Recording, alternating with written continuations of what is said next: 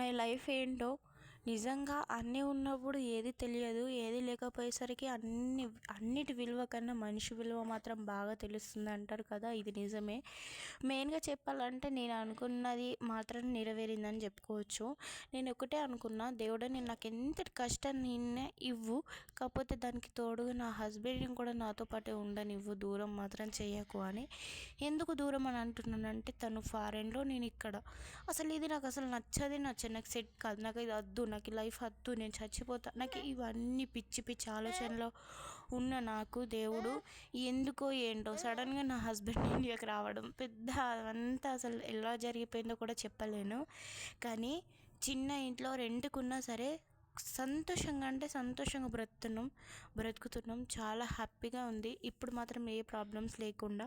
Problems ఎప్పుడు ఉండేటివే, కాకపోతే వాటి పక్కన నా హస్బెండ్ తోడు ఉన్నాడు కాబట్టి కొంచెం నాకు హ్యాపీనెస్ ఉంది. ఈ ఇయర్ అయితే టెంపుల్కి